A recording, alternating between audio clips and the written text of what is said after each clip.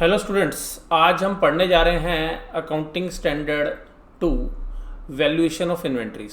तो देखिएगा आज इस चैप्टर के अंदर हमने क्या पढ़ना है, पहले इसको ध्यान से समझिएगा। देखिएगा इन्वेंट्रीज जनरली चार तरीके की होती है। Raw material, work in progress यानी कि जो सेमी फिनिश्ड गुड्स है, तीसरा फिनिश्ड गुड्स, चौथा स्टॉक इन ट्रेड।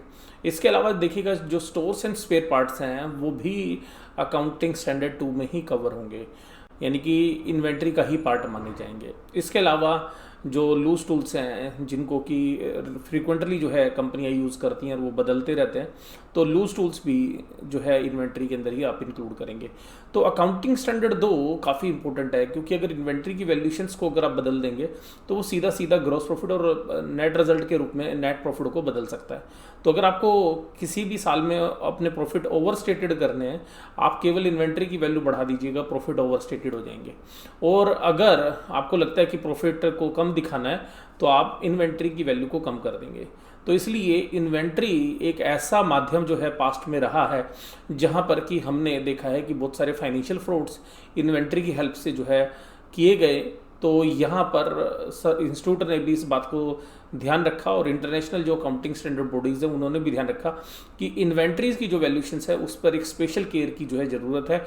और इसीलिए देखिएगा ना केवल अकाउंटिंग स्टैंडर्ड 2 बल्कि इंटरनेशनल अकाउंटिंग स्टैंडर्ड नंबर भी 2 वैल्यूएशन ऑफ इन्वेंट्रीज है, जबकि general accounting standard accounting standard 1 जो है जनरल फ्रेमवर्क की बात करता है, अकाउंटिंग पॉलिसीज़ के डिस्क्लोजर की बात करता है। तो आप समझ सकते हैं कि कितनी अहमियत जो है इसको शुरू से ही जो है दी गई है। तो पास्ट से आप देखते आ रहे हैं कि जो इन्वेंट्री है वो एक बहुत ही इंपॉर्टेंट जो है वैल्यूएशंस जो है रहा है। तो इसलिए ध्यान से आपने इस चैप्टर को जो है समझना है। तो आइए अब शुरुआत करते हैं वैल्यूएशन ऑफ इन्वेंट्री के चैप्टर की। तो देखिएगा ये जो वैल्यूएशन ऑफ इन्वेंट्रीज है, इसके अंदर इन्वेंट्री के अंदर क्या क्या चीज़ें इंक्लूड होंगी, क्या चीज़ें इन्वेंट्री की डेफिनेशन में आएंगी। तो आइएगा शुरुआत करते हैं इसी से। तो इसकी शुरुआत अगर हम करें तो सबसे पहले देखिएगा meaning of inventories. Meaning of inventories में क्या, inventories are the assets, inventories are the assets held for sale in the ordinary course of business, यानी कि स्टॉक इन ट्रेड, या तो आपने अपना बनाया हुआ या आपने बाजार से खरीदा हुआ। तो दोनों तरीके के जो भी आपके असेट्स हैं वो आपको समझनी है कि held for sale in the ordinary course of business of finished product. तो पहली चीज़ आपकी आ गई। दूसरी चीज़ है इन द प्रोसेस, और किस चीज़ की प्रोसेस के अंदर, in the process of production of such goods for such sales, in the production of such sale, यानी कि जो ऊपर हमने अभी आपके साथ जो है बात की वो आपने ध्यान से समझनी है। तो यहाँ पर जो भी आपने प्रोसेस के रूप में देखना है कि जो भी चीज़ आपकी प्रोडक्शन करने के लिए काम में आती है और वो पूरी नहीं हुई है, तो वो भी आपकी इन्वेंट्री के अंदर शामिल होगी। In the process of production for such sale, inventory in process. तीसरा, in the form of material और supplies to be consumed in the production process in the rendering of services, तो रॉ मटेरियल और stores and spare parts हो गया। Inventories encompasses goods purchase and held for resale, examples merchandise. तो आप ये लोग जानते हैं कि जो भी चीज़ें आपने रीसेल के लिए ली हैं तो सभी तरीके की जो चीज़ें यहाँ पे इंक्लूड है। और यहाँ पर ध्यान रखनी है, includes the maintenance supplies consumable loose tools awaiting use in the production process. तो ये जो चीज़ें हैं लूज टूल से जो मैंने आपके साथ बात की वो भी जो है यहीं पर इंक्लूड करेंगे। अब ये लाइन अकाउंटिंग स्टैंडर्ड 10 में चेंज होने की वजह से जो है आपकी बदल गई है, तो यहाँ पे मैंने उसको आपके साथ जो है नहीं जो है डिस्कस किया है। अब देखिएगा scope and non applicability of as. अब अकाउंटिंग स्टैंडर्ड 2 कहाँ पर अप्लाई होता है, तो ध्यान रखिएगा सभी इन्वेंट्री पर अप्लाई होगा, लेकिन अगर work in progress construction contract में तो नहीं होगा, क्योंकि वो AS 7 में कंप्लीट होते हैं, तो वहाँ पर ही आप इसको देखेंगे। अगर सर्विस प्रोवाइडर का वर्क इन प्रोग्रेस है, सर्विस प्रोवाइडर का, तो वो भी यहाँ पे इंक्लूड नहीं होगा। शेयर्स या डिवेंचर्स हैं तो वो इन्वेस्टमेंट में कवर्ड होते हैं, तो वो भी यहाँ पे कवर्ड नहीं होंगे। इसी तरीके से लाइव स्टॉक हैं या फॉरेस्ट प्रोडक्ट्स हैं तो उनको भी हम यहाँ पे कवर नहीं करेंगे। तो इन जगह पर अकाउंटिंग स्टैंडर्ड अप्लाई नहीं होगा।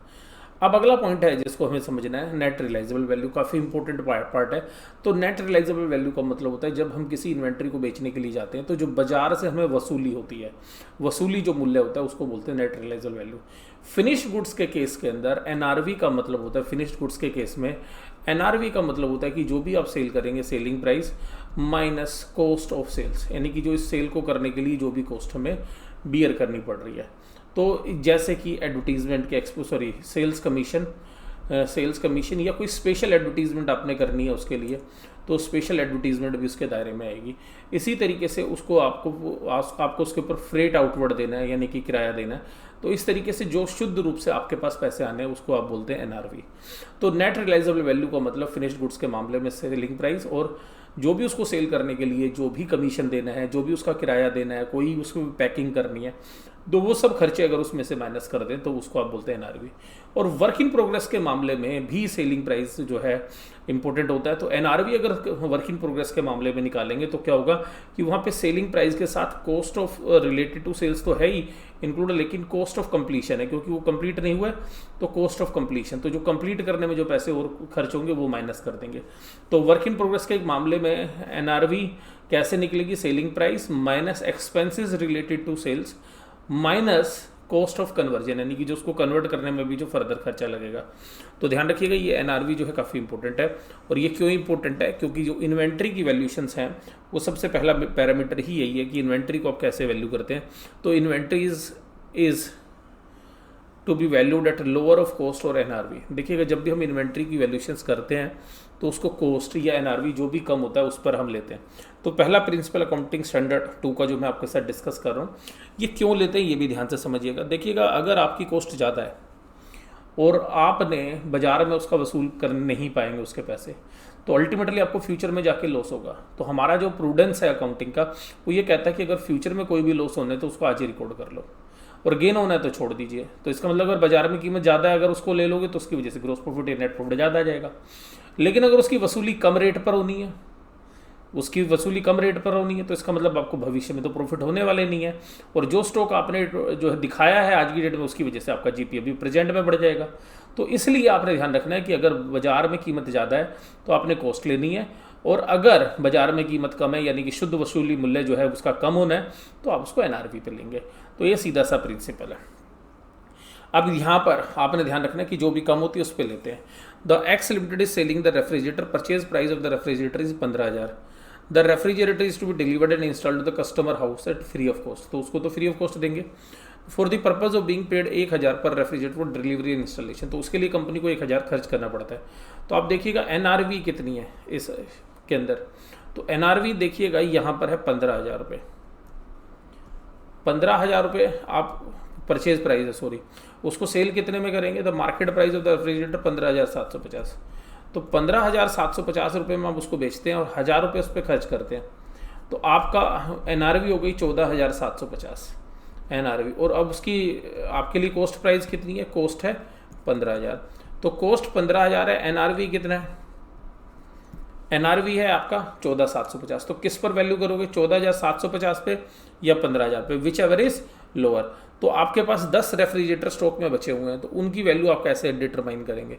तो 10 की वैल्यू आप निकालेंगे 10 इंटू 14,750, तो आप एनआरवी पर वैल्यू करेंगे being the inventory is to be valued at cost or net realisable value whichever is lower.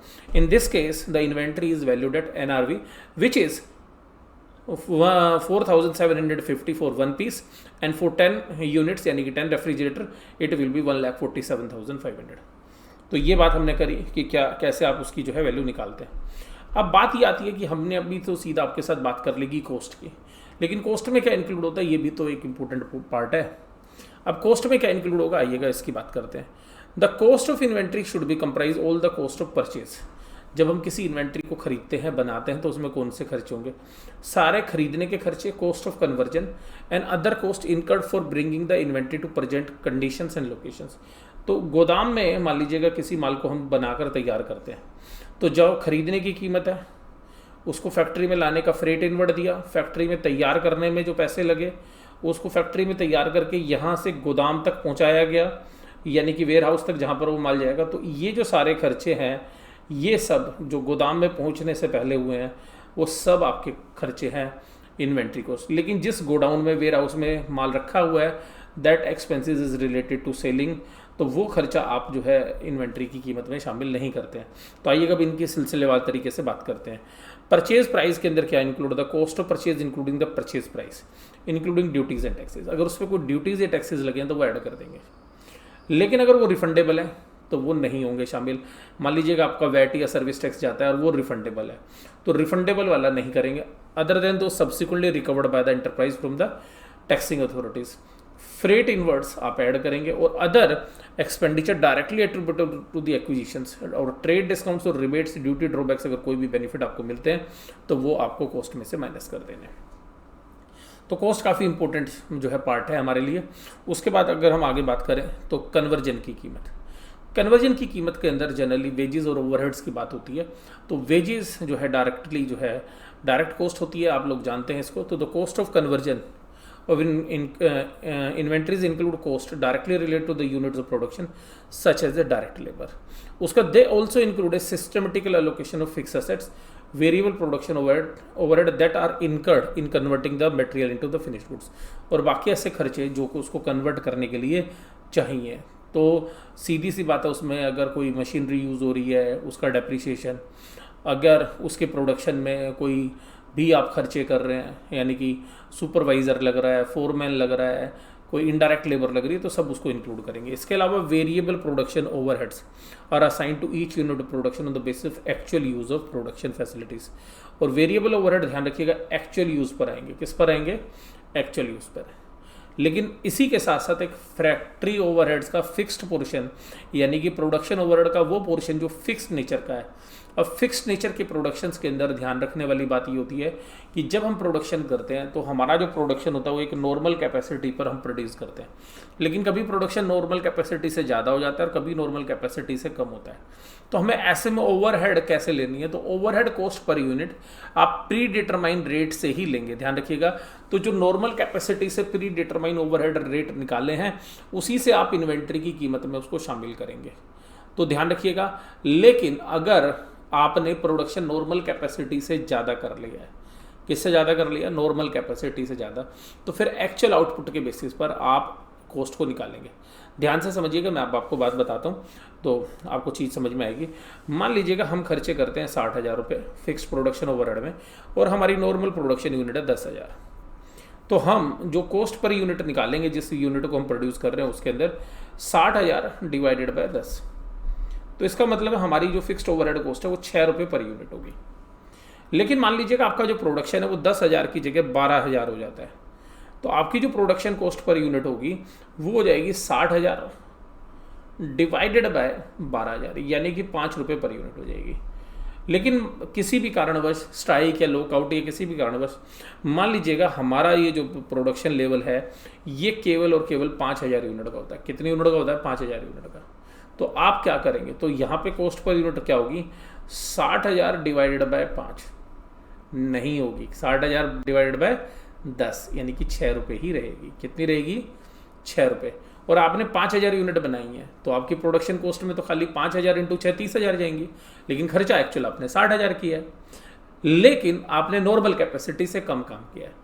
तो ये जो सिचुएशन है ये अबनॉर्मल मानी जाती है, और जो बाकी बची हुई ओवरहेड्स रिकवर नहीं करेंगे वो आप प्रॉफिट एंड लॉस में डेबिट कर देंगे। ध्यान रखिएगा, ऐसे केस के अंदर प्रोडक्शन ओवरहेड इन्वेंट्री की कीमत में शामिल नहीं होगी, बल्कि क्या होगा, वो वास्तव में प्रॉफिट एंड लॉस का पार्ट हो जाएगी, लाइक एन अबनॉर्मल लॉस।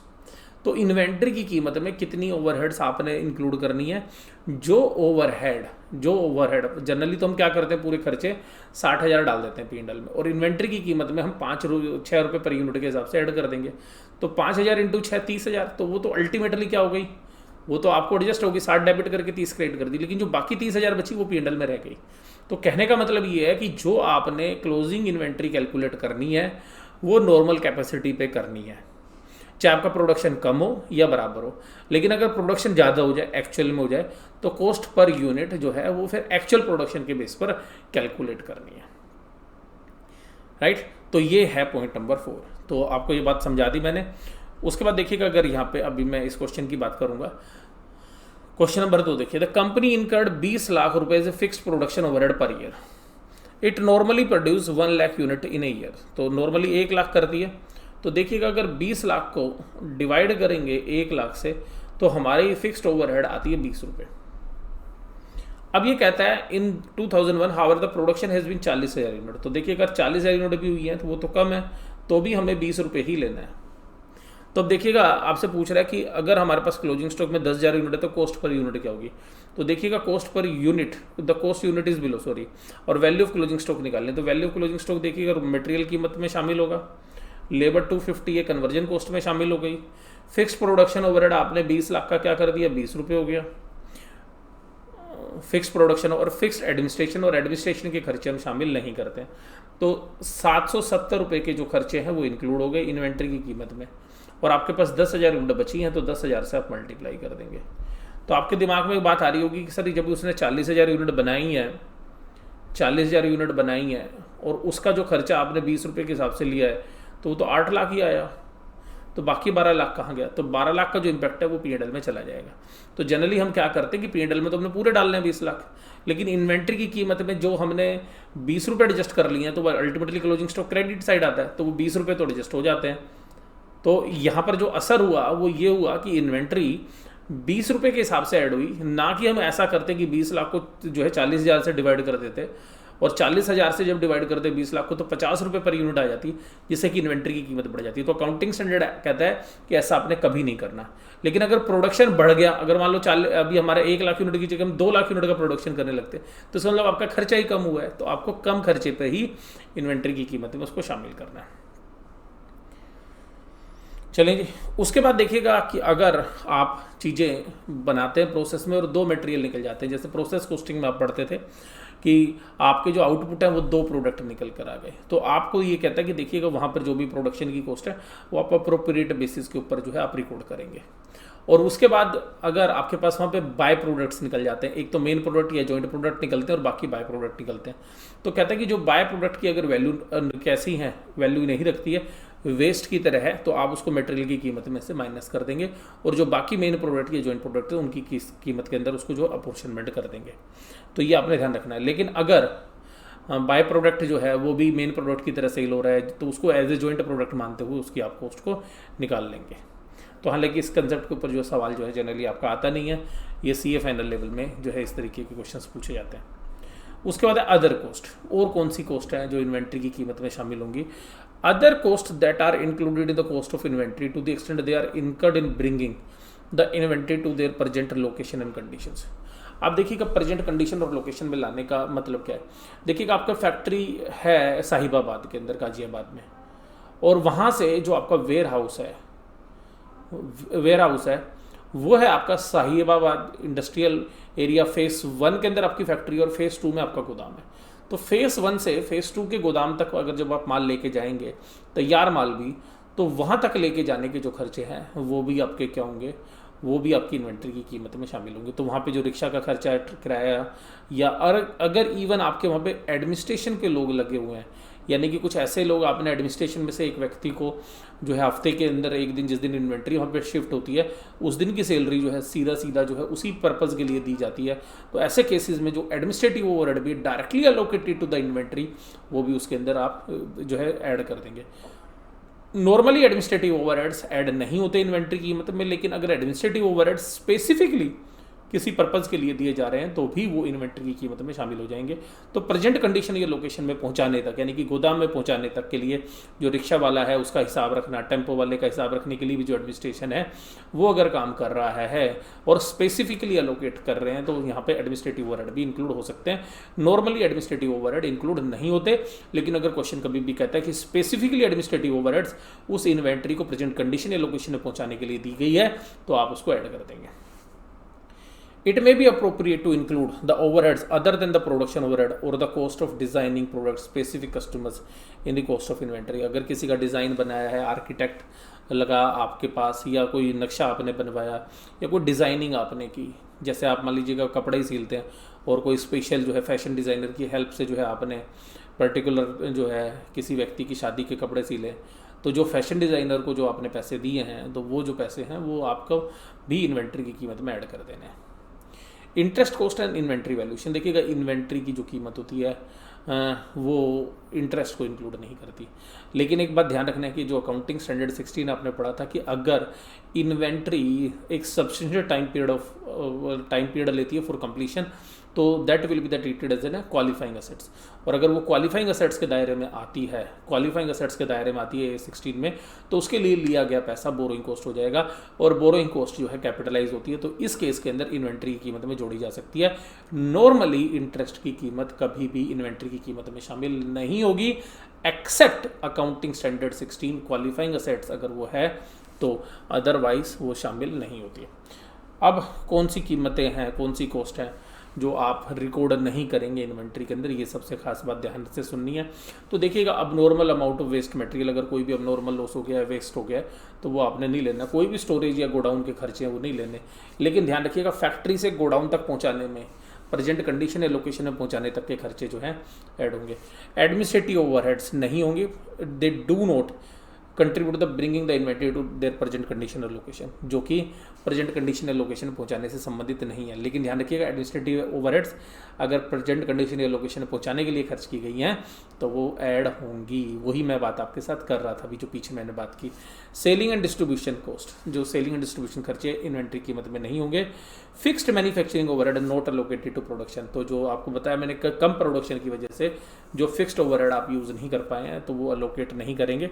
तो जो फिक्स्ड ओवरहेड अलोकेट नहीं हुई हैं क्योंकि लोअर प्रोडक्शन की वजह से, तो वो अपने P&L में डाली है, इन्वेंट्री कीमत में नहीं।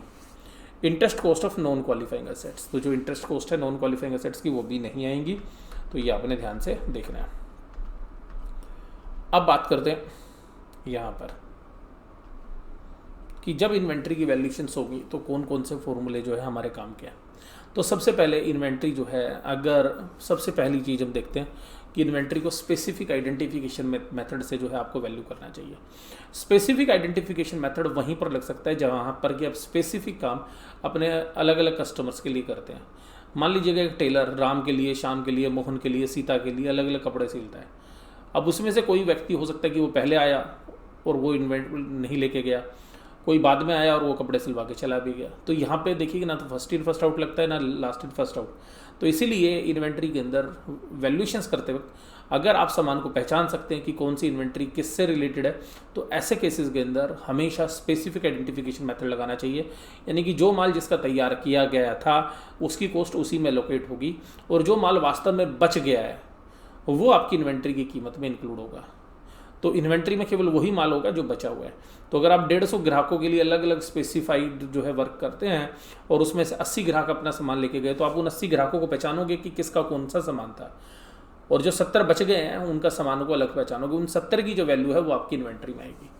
लेकिन ऐसा बहुत बार तो हो नहीं पाता है। तो अगर ये मेथड ये कहता है कि अगर ये मेथड अप्लाई नहीं हो पा रहा है, यानी कि स्पेसिफिक आइडेंटिफिकेशन मेथड अप्लाई नहीं हो पा रहा है, तो we can use the FIFO method and the weighted average method. Only 2 methods are allowed. तो लीफो जो है अलाउड नहीं है। First in first out method के अंदर आप क्या करते हैं कि जो सामान सबसे पहले आया है वही पहले जाएगा, तो जो लास्ट वाला सामान है वो आपका बचा रहेगा। वेटेड एवरेज कॉस्ट मेथड के अंदर क्या करते हैं कि जो भी इन्वेंट्री आपने इस साल तैयार की है या खरीदी है उसका एक एवरेज प्राइस लेंगे, उसी के प्राइस के हिसाब से जो है आपकी इन्वेंट्री की वैल्यू बचेगी। और आप लोग ये सब लोग जो है सीपीटी से पढ़ते आ रहे हैं, तो ये जो सारी कैलकुलेशन से आप निकाल सकते हैं बड़े आराम से। तो अभी यहाँ पे क्वेश्चन नंबर 3 क्या कह रहा है कि उसने माल खरीदा और ये माल इशू कर दिया। तो यहाँ पे लोट 1, लोट 2, लोट 3, तो यहाँ पर ये इशू करने के टाइम है। तो ये देखिएगा स्पेसिफिकली आइडेंटिफाई आप कर पा रहे हैं या नहीं कर पा रहे हैं। तो देखिएगा the company can't follow the specific identification method. तो कौन से मेथड यूज़ कर सकती है? तो 2 अल्टरनेटिव मेथड, एक तो फीफो लगा सकती है और एक वेटेड एवरेज लगा सकती है। और what will be the value of closing stock under the each method? तो फीफो और वेटेड एवरेज मेथड से आप इसकी वैल्यू निकाल लीजिएगा, राइट। तो यहाँ पर अब हम करते हैं आगे बात।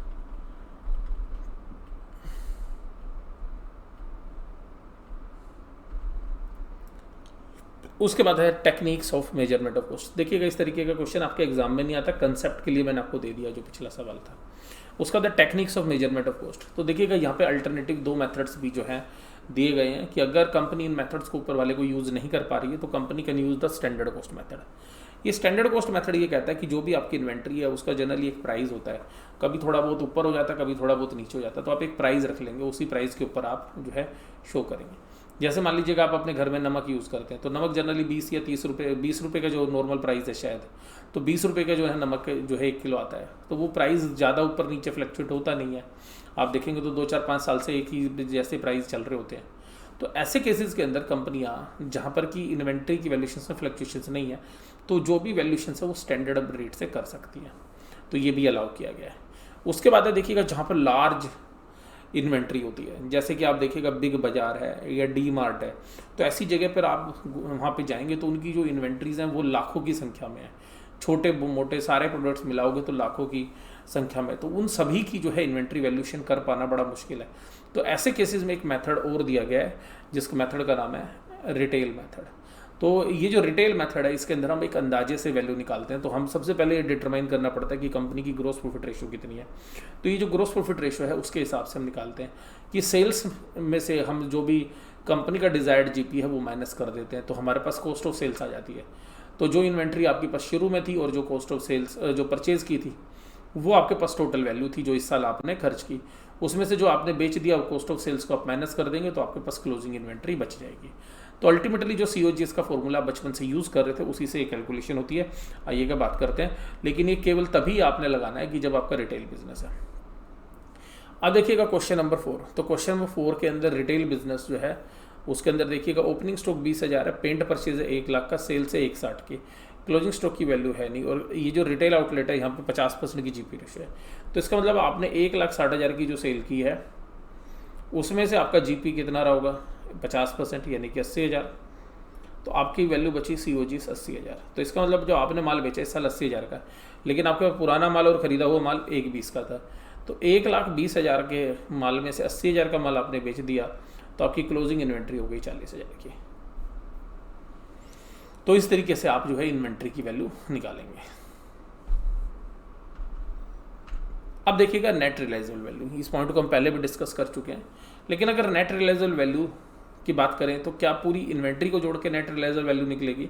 अगर आपकी कंपनी 5-7 अलग अलग तरीके के प्रोडक्ट बेचती है तो क्या सभी की अलग अलग निकालनी है NRV और कॉस्ट में से कंपेरिजन करना है, या सारे के सारे सामान की जो कीमत है वो इकट्ठे जोड़ ले, सारे सामान की मार्केट प्राइस एक साथ जोड़ लिया, NRV एक साथ जोड़ ली और फिर आप उसकी वैल्यू निकाल लें? तो अकाउंटिंग स्टैंडर्ड ये कहता है कि ये जो सारी कैलकुलेशन है आपको आइटम वाइज आइटम करनी है, आइटम बाय आइटम बेसिस पे करनी है और किसी तरीके से नहीं करनी है। तो आप देखिएगा यहाँ पर जब आप इसकी वैल्यूशंस करेंगे तो ये क्वेश्चन नंबर 4 कहता है कि हिस्टोरिकल कॉस्ट है 20, 16 और 8 और नेट रिजर्व 14, 16 और 12। तो आपको जो इन्वेंट्री की वैल्यू करनी है AS2 से वो कैसे होगी? तो ये 20 और 14, ऐसा नहीं है कि 44 और 42 के बीच का डिफरेंस यहाँ पे 42 ले लें, नहीं, 20 और 14 में से जो डिफरेंस है वो 14 है कम, 16 में से 16 ही है, 8 और 12 में से 8 है। तो ये जो इन्वेंट्री की वैल्यूशन है ये इस तरीके से आएगी। तो जो इन्वेंट्री की वैल्यूशन होगी वो 38 लाख रुपीज़ होगी।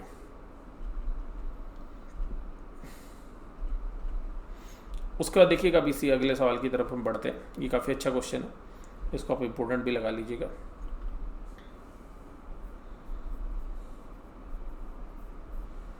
The cost of production of product x is given below. ये प्रोडक्ट एक्स की कॉस्ट है, रॉ मटेरियल है, वेजेस है, ओवरहेड है।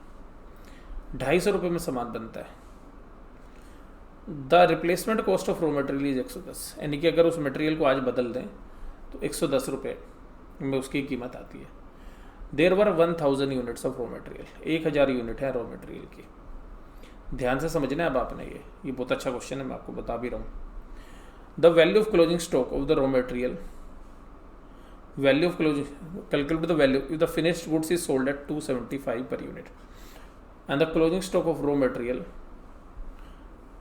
What will be the value of raw material. तो ध्यान से समझिएगा, मैं अब आपको यही बात आपके साथ करूँगा।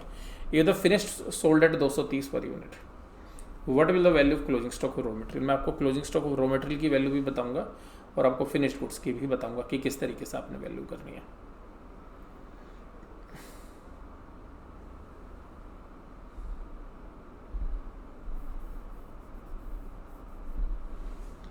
देखिएगा फिनिश्ड गुड्स की कॉस्ट है 250 रुपये, 250 रुपीज़। ये बात आप समझ रहे हैं, कितनी कीमत है? 250 रुपीज़। अब ये जो 250 रुपीज़ कीमत है, ये फिनिश गुड्स की कीमत है। दो केसेस हैं, एक 275 और एक 230। पहले केस में देखिएगा, if finish goods is valued at NRV। आप लोग जानते हैं कि फिनिश स्टॉक की वैल्यू किस पर होगी, कॉस्ट और NRV, whichever is lower is valued at NRV. If cost is more than NRV, अगर NRV से ज़्यादा कॉस्ट है तो आप NRV पे वैल्यू लेते हैं। इस पहले केस में कॉस्ट है 250 और NRV है 275, तो किस पे लेंगे आप, कॉस्ट पे। तो इस केस में, इन दिस केस यानी कि case number 1, finished goods is to be valued at cost, that is 250। और देखिएगा ऐसे केस के अंदर जब अगर फिनिश्ड गुड्स अपनी ओरिजिनल कीमत पर वैल्यू हो रहा है तो रॉ मटेरियल भी ओरिजिनल कीमत पर वैल्यू होगा जितने में आपने खरीदा था। ये ध्यान रखना है आपने, रॉ मटेरियल की रिप्लेसमेंट वैल्यू की कोई कीमत नहीं है। रिप्लेसमेंट का मतलब है कि अगर आज उसको मार्केट में बदलें तो वो कितने रुपए का आ जाएगा, तो वो बदल के आ सकता है 110 रुपये में, लेकिन हमने खरीदा हुआ कितने में, 120 रुपये में। तो अगर finished goods cost per value हो रहा है, क्योंकि आपको पता है कॉस्ट और NRV whichever is lower पे कैलकुलेट करना है, और NRV ज़्यादा है फिनिश्ड गुड्स की और कॉस्ट है 250 रुपये, तो फिनिश्ड गुड्स किस पर वैल्यू होगा, 250 पे। इस केस के अंदर, इन this case, raw material is to be valued at cost, valued at cost।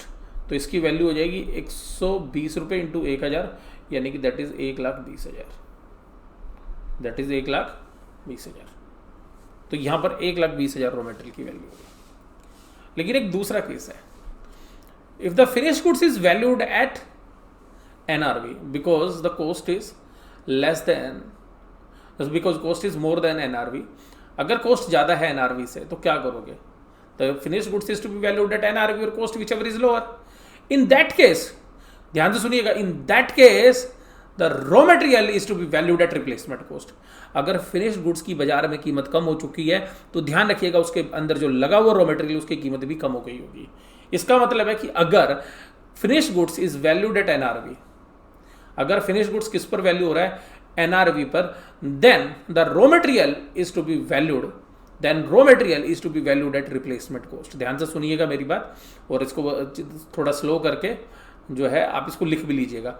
if finished goods is valued at NRV because the finished goods is valued at NRV or cost whichever is lower as per accounting standard 2।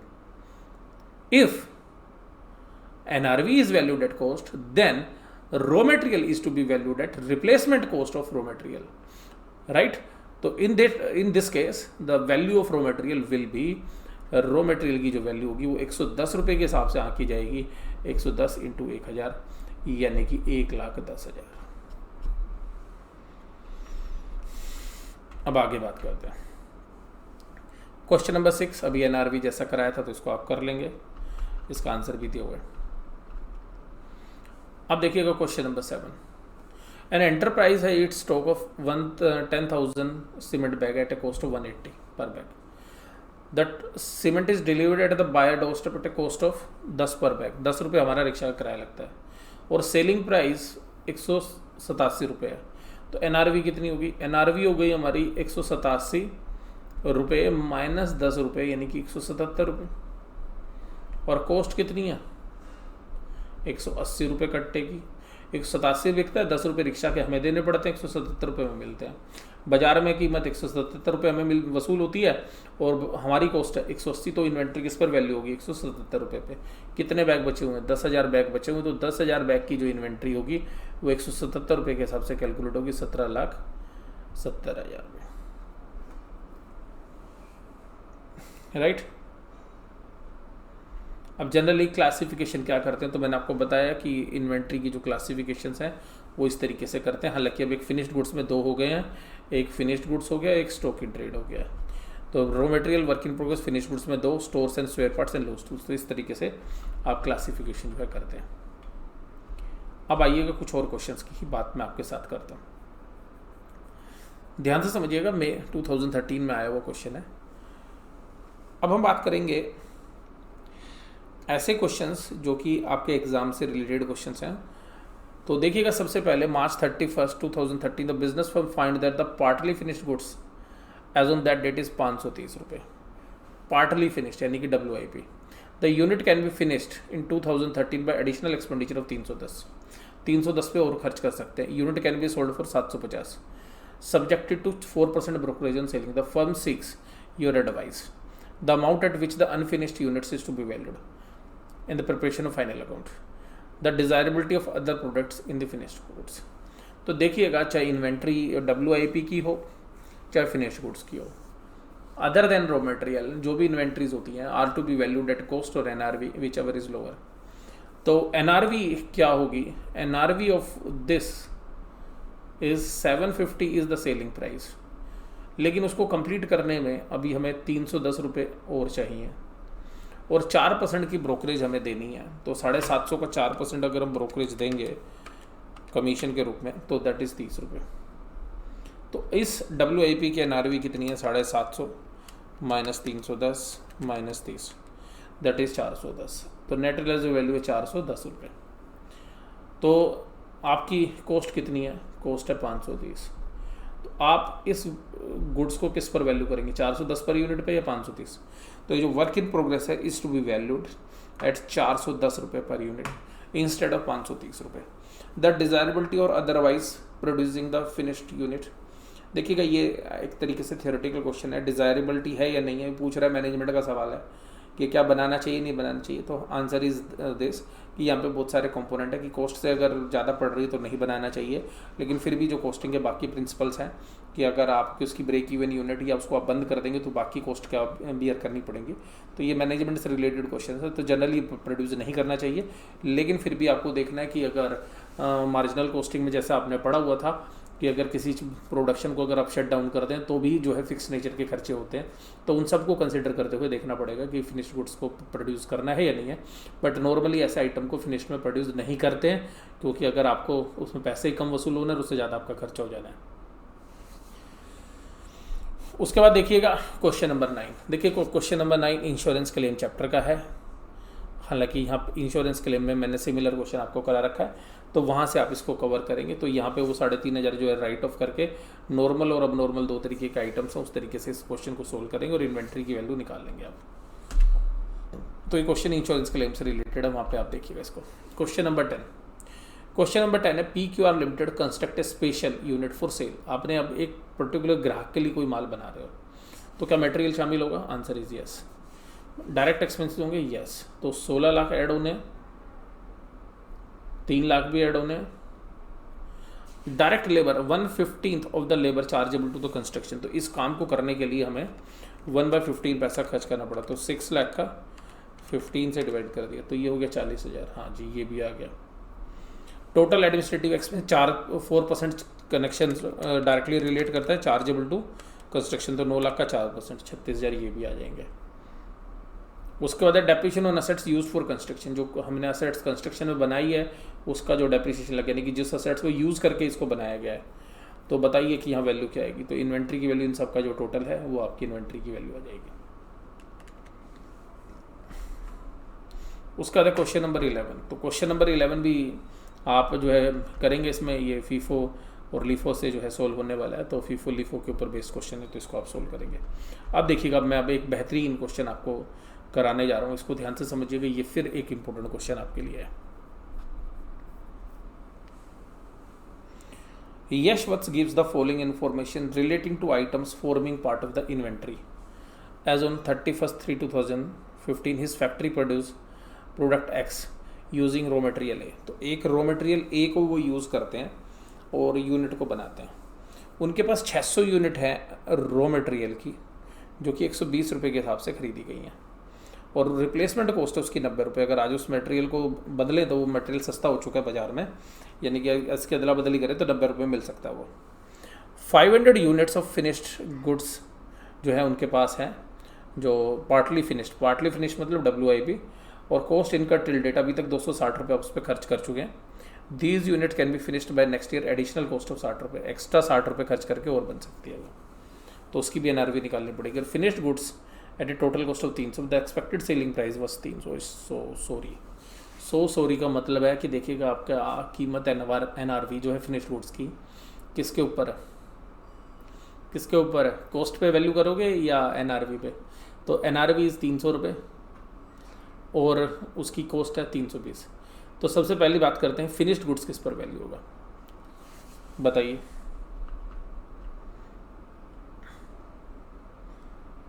तो finished goods value होगा, देखिएगा 1500 unit 300 रुपये के हिसाब से 4.5 lakh, right. अब NRV निकालते हैं WIP की।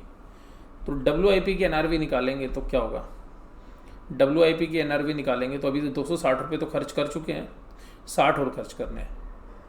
तो 300 रुपये में जो चीज़ बेचेंगे उसमें 60 रुपये और खर्च करने हैं, तो 240 NRV है। और WIP की कॉस्ट कितनी है, WIP की कॉस्ट है 260। तो बताइए WIP किस पे कैलकुलेट होनी चाहिए, 240 पे या 260 पे? सिंपल सी बात है, 240 पे, जो भी कम है। तो जो WIP है वो 500 यूनिट 240 पे यूज़ करेंगे। अब एक रूल आ गया, रॉ मटेरियल हमेशा कॉस्ट पे वैल्यू होता है, लेकिन if finished goods is valued at NRV, यानी कि NRV पे कब करोगे, जब कॉस्ट से कम है। If the finished goods is valued at NRV, then the raw material is to be valued at replacement cost of the raw material. तो ध्यान रखिएगा यहाँ पे replacement cost of raw material पर वैल्यू होगा। तो रॉ मटेरियल की replacement cost कितनी है, 90 रुपये। रॉ मटेरियल की रिप्लेसमेंट कॉस्ट कितनी है, 90 रुपये। तो रॉ मटेरियल को 90 रुपये पे वैल्यू करेंगे, तो 600 × 90 54,000 रुपये। इसको चाहे आप लिखो ना लिखो, इस नोट्स की जरूरत है नहीं, ठीक है जी। अब देखिएगा normal loss and valuation of inventory.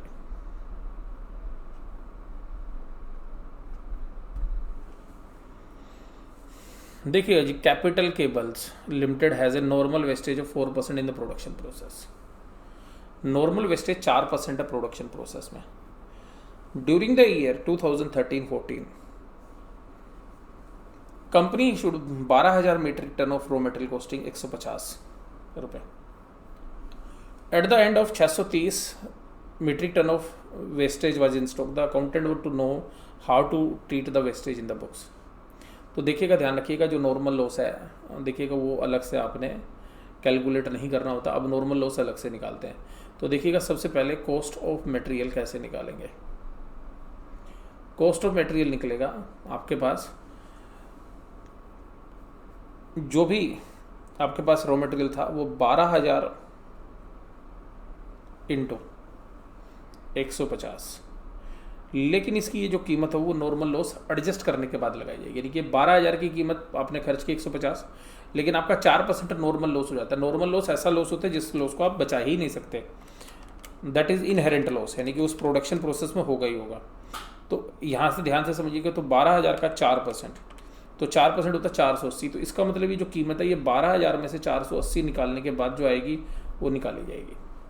तो ध्यान रखिएगा, तो 12,000 मल्टीप्लाई बाई 150 यानी कि 18 लाख कीमत है इसकी, और जिस 18 लाख में आपके पास जो यूनिट तैयार हो रही है वो रही 11,520।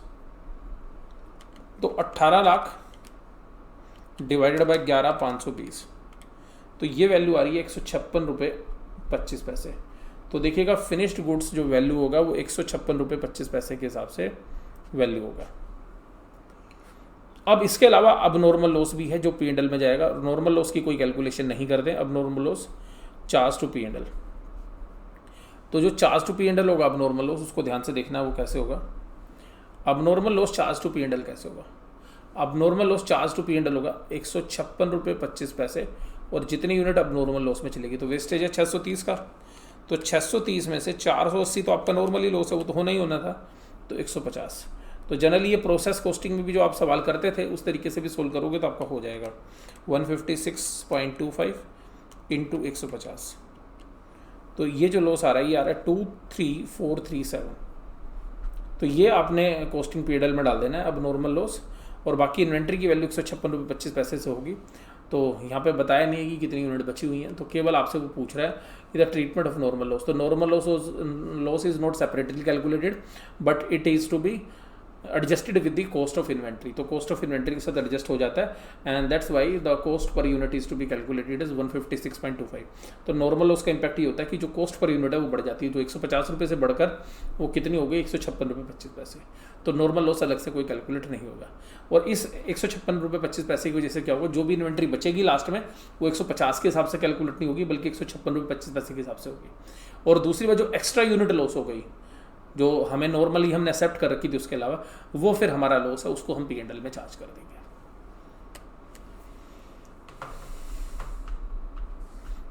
अब आइएगा क्वेश्चन नंबर 14। तो ये कॉस्ट से रिलेटेड है, तो इसमें सारी चीज़ें सॉल्यूशन आपको दिया हुआ है। तो इसमें भी जो है नॉर्मल लॉस है, तो यहाँ पर एक बार आप देख लीजिएगा। सवाल को फिर करते हैं शुरुआत। ये 2011 में जो है 5 नंबर में आया हुआ सवाल है एग्जाम में।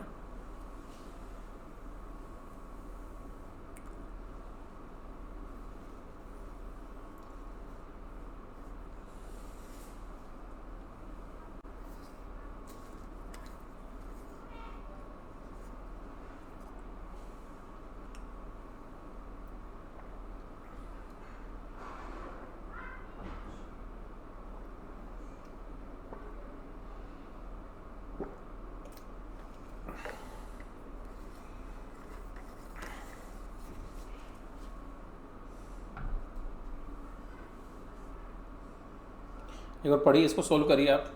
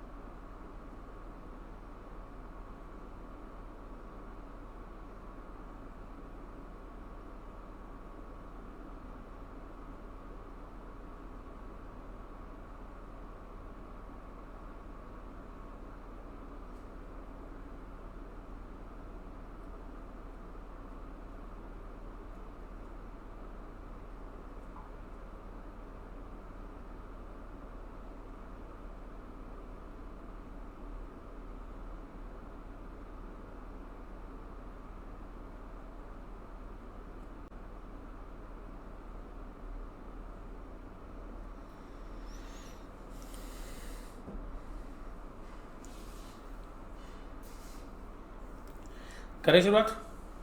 तो देखिएगा 16,000 kg 160 रुपये के हिसाब से है। इसमें सैनवेट क्रेडिट मिलेगा, हालांकि आजकल जो है आपको जो जीएसटी क्रेडिट मिलेगा उसकी बात हो रही है, ओ सॉरी अभी जो, हाँ सॉरी, जीएसटी का जो क्रेडिट है उसकी बात हो रही है। तो यहाँ पे जो क्रेडिट मिलना है वो 10 रुपये मिलना है पर केजी, तो 16,000 इंटू 10। तो अभी ध्यान रखना है एग्जाम में यहाँ पे जीएसटी क्रेडिट होगा आपके पास। और फ्रेट है 1,40,160, तो टोटल कीमत बनती है 25,40,160। तो ये जो 25,40,160 है इसको आप डिवाइड करेंगे कितने से, 16,000 में से नॉर्मल लॉस 2% निकाल देंगे, यानी कि 15,680 kg। तो एक यूनिट की कीमत आ गई 162 रुपये। अब उसमें से 13,600 kg कंज्यूम हो गया रॉ मटेरियल, तो बाकी जो है उसकी कंजम्पशन की कीमत अगर आपको निकालनी है तो 13,600 से मल्टीप्लाई करके निकालेंगे। तो अब जो क्लोजिंग स्टॉक बचा है वो 1,900 kg, तो उसकी जो कीमत होगी 162 रुपये, और ये जो कीमत आ जाएगी। अब नॉर्मल लॉस जो 180 kg का हुआ है उसकी कीमत 180 इंटू 162 29,160। तो आइएगा अब अगले क्वेश्चन की तरफ बढ़ते हैं। ये क्वेश्चन नंबर 15 है, इसका आंसर आपको दिया हुआ, इसको देख लीजिएगा। ये देखिएगा क्वेश्चन नंबर 16, इसको भी देखिएगा, इंपॉर्टेंट मार्क करिएगा क्वेश्चन को, ये भी एक इंपॉर्टेंट क्वेश्चन है। देखिएगा क्वेश्चन नंबर 16 क्या कहता है कि Z limited 13,000 kg of chemical 90 रुपये में खरीदते हैं। परचेज प्राइस में 5 रुपये की एक्साइज ड्यूटी है जिसका आपको सैनवेट क्रेडिट मिल जाना है। और उसके बाद यहाँ पर एक और लाइन है कि ट्रेड डिस्काउंट मिलना है इन द फॉर्म ऑफ कैश 1 रुपये पर केजी। तो आपकी जो कीमत होगी देखिएगा वो 13,000, पहले तो मटेरियल कॉस्ट इंटू 90, तो ये वैल्यू कितनी आ रही है, तो 13,000 इंटू 90 11,70,000। उसके बाद 5 रुपये का क्रेडिट मिल रहा है, तो 13,000 इंटू 5 रुपये, ये आप माइनस कर दीजिए, तो 65,000 रुपये का आपको क्रेडिट मिल गया। वैट लग रहा है 2.5 रुपये पर केजी, तो 13,000 का वैट लग रहा है 2.5, यानी कि 32,500। उसका 30,000 रुपये के एक्स्ट्रा फ्रेट के खर्चे, तो वो भी आपको पता ऐड होगी फ्रेट। उसके बाद देखिएगा नॉर्मल लॉस है 4%, वो भी एडजस्ट कर लेंगे अलग से। और ट्रेड डिस्काउंट है 1 रुपये, तो 13,000 kg पर 1 रुपये का ट्रेड डिस्काउंट, यानी कि 13,000। उसके बाद containers are not reusable and hand sold for 500 रुपये, तो वो 500 रुपये में जो कंटेनर है वो बेच दी जाएंगे। आप चाहें तो उसको अदर इनकम भी ले सकते थे। और उसके बाद 10,000 रुपये का जो है expenses, administrative expense to bring the chemical. तो याद करिए मैंने अभी थोड़ी देर पहले बताया, अगर उसको प्रेजेंट कंडीशन या लोकेशन में पहुंचाने के तो एडमिनिस्ट्रेटिव ऐड होंगे, नॉर्मली हम छोड़ देते हैं। तो ये जो टोटल खर्चा आया वो आया हमारे पास 11,70,000 रुपये माइनस 65,000 रुपये प्लस 32,500 रुपये प्लस 30,000 रुपये माइनस 13,000 रुपये का ट्रेड डिस्काउंट माइनस 500 रुपये जो उसका कबाड़ा बेच के पैसे मिले हैं प्लस 10,000। तो ये कीमत है 11,64,000 रुपये, ये ध्यान से समझिएगा। और नॉर्मल यूनिट्स कितनी है, जैसे प्रोसेस कॉस्टिंग में निकालते थे, तो 13,000 में से 4% का नॉर्मल लॉस है, तो 520, तो आ गया 12,480। तो एक यूनिट की कीमत निकालने के लिए 12,480 से डिवाइड करेंगे। तो जो 12,480 से डिवाइड करेंगे तो क्या वैल्यू आ रही है देखिएगा, तो 11,64,000 डिवाइडेड बाय 12,480, तो एक यूनिट की कीमत आ रही है 93.2692। अब आपसे अगर पूछे अब नॉर्मल लॉस की क्या कीमत होगी, तो कहता है कि compute the value of inventory allocated to the material cost पर, तो क्या होगी, तो उसने यही पूछा, तो cost of material allocated to material cost as per AS2। तो देखिएगा हर यूनिट की जो कॉस्ट होगी 93.269 होगी। अगर जो कंज्यूम कर लिया है 10,000, तो जो बचे हैं वो 2,400, उसकी कीमत आपने निकालनी है, वो क्या होगी, तो 2,400 12,400 बनाए आपने, 10,000 उसमें से बेचती है, तो आपका जो लॉस है वो नॉर्मल लॉस भी, तो आपको जो 2,400 की कीमत निकालनी है वो इसके हिसाब से निकालनी है 93.2692। तो क्लोजिंग स्टॉक की जो वैल्यू आ रही वो ये आ रही है जो आपको ब्लू में दिख रहा है, इंटू 2,400। तो ये वैल्यू हो गई 22,384 रुपये, नहीं 2,23,846 रुपये, 2,23,846 रुपये। तो ये कीमत आपको निकालनी है।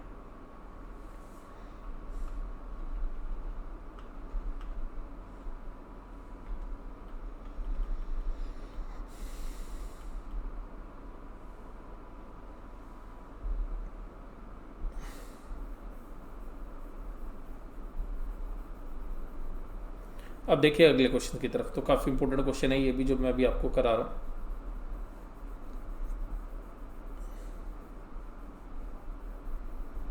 इसको भी एक बार आप पढ़िए, फिर मैं इसको भी आगे करते हैं।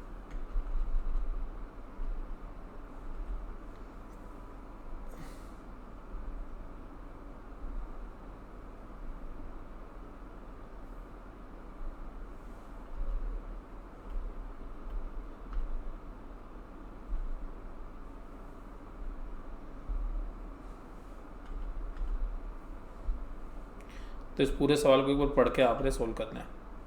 तो सवाल आपको पूरा दिख रहा है, पूरा ये स्क्रीन पे, अब इसको करिए।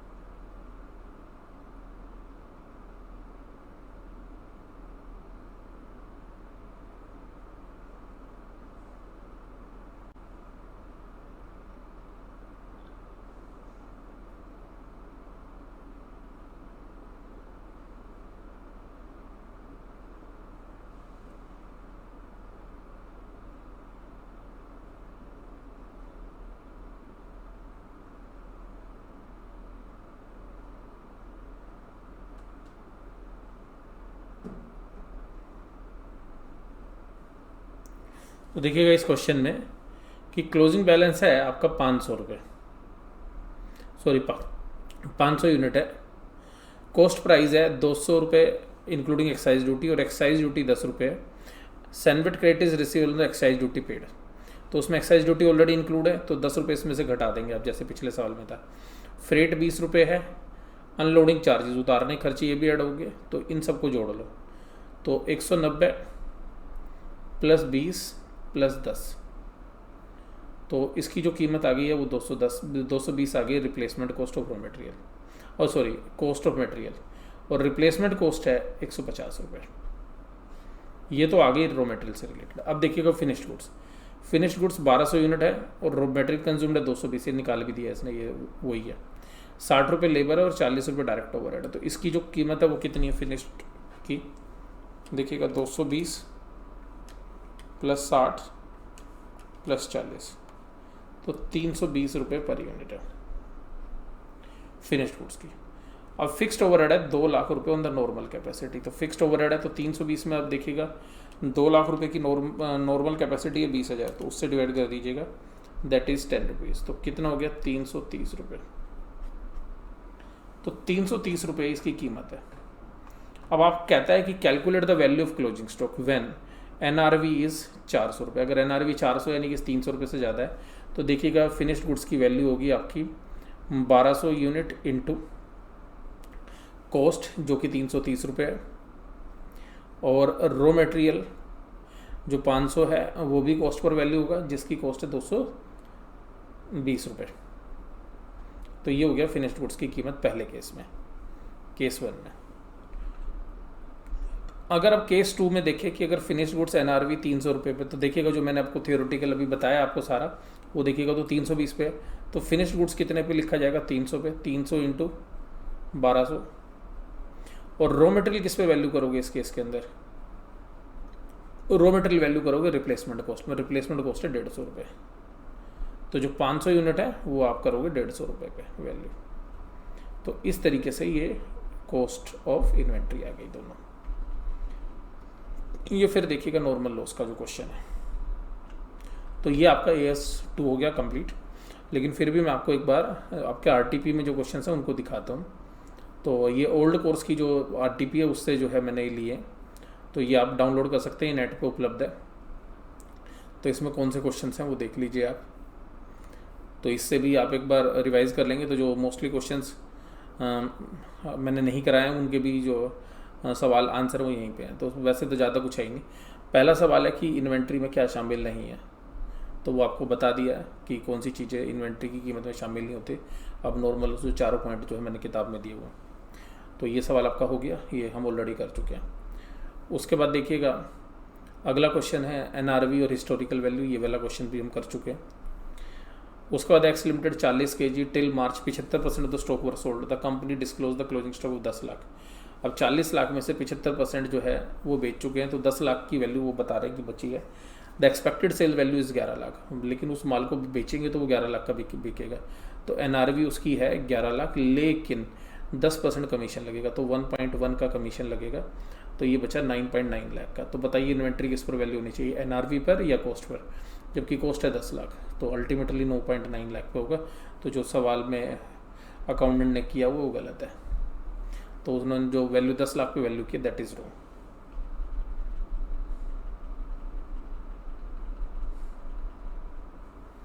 अब अगली बात करते हैं, question number 10। The company X limited has to pay delay in the cotton clearing charges, the company included such charges to valuation. तो देखिए वो पेनल्टी जो है वो इसमें ऐड नहीं होती हैं, आप लोग इस बात को जानते हैं।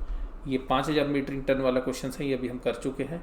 1000 पर मीट्रिक टन है, वेस्टेज हुआ है तो नॉर्मल रिजल्ट्स की, तो ये क्वेश्चन भी हम कर चुके हैं। Material cost 200, direct labour 40, direct labour 20, और fixed overhead charge for the normal capacity 2 lakh और 20 lakh kg, 4000 kg finished goods. तो आपको पता है इसको 2 लाख से आप कैलकुलेट कर लेंगे, तो जो कॉस्ट होगी 200, 40, 20 और 10, तो 270 रुपये। 270 के हिसाब से जितनी इन्वेंट्री बची उससे मल्टीप्लाई कर देंगे, तो ये सेम है। 4% ब्रोकरेज वाला जो सवाल है, अभी पार्टली फिनिश्ड गुड्स है 530, एडिशनल खर्चा 310 है, तो ये हम कर चुके हैं अभी जो क्वेश्चन किया है। इसी तरीके से क्वेश्चन है क्लोजिंग यूनिट है 500, रॉ मटेरियल अभी जो सबसे लास्ट में क्वेश्चन किया है, तो उस सवाल का ये आंसर भी है कि नेट रिजल्व 400 होगी तो क्या होगा क्लोजिंग स्टॉक पहली सिचुएशन में और दूसरी सिचुएशन में, दोनों में आंसर क्या होगा। 4% नॉर्मल प्रोडक्शन लॉस है, 12000 मीट्रिक टन है, रॉ मटेरियल की कीमत 150 रुपये, 630 मीट्रिक टन आप बर्बाद कर चुके हैं, ये भी सवाल हम कर चुके हैं। Mehul gives the following information, raw material 600, replacement cost 90 रुपये पर यूनिट है, ये भी क्वेश्चन अभी हम कर चुके हैं। तो देखिएगा ये क्वेश्चन भी आपका जो है हो चुका है। तो सारे क्वेश्चन जो है हम एक तरीके से कौन से भी कवर कर चुके हैं, तो जो PM के जो क्वेश्चन हैं, लेकिन एक बार आप इसको कर लीजिएगा तो यहाँ पे जो है सारे आंसर भी दिए हुए हैं। तो आज के लिए बस इतना ही। अब अगली क्लास में एक नए अकाउंटिंग स्टैंडर्ड के साथ आपसे फिर मुलाकात होती है।